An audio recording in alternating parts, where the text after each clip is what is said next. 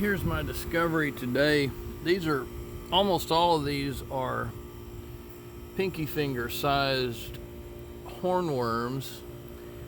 I pulled 5 of them off of this tomato.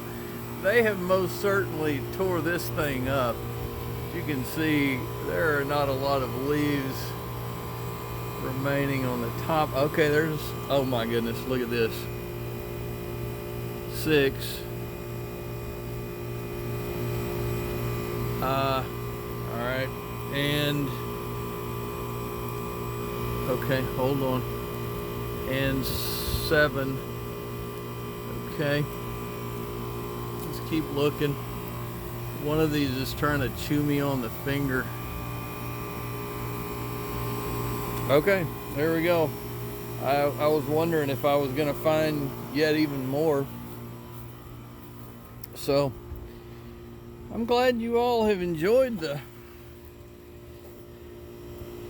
yeah, that one was trying to chew me on the finger. It was regurgitating. Anyhow, if I was a more primitive dude, I would probably try to figure out how to fry these in a pan or something. Look that up and see if these are edible. Would you do that for me? Let me know.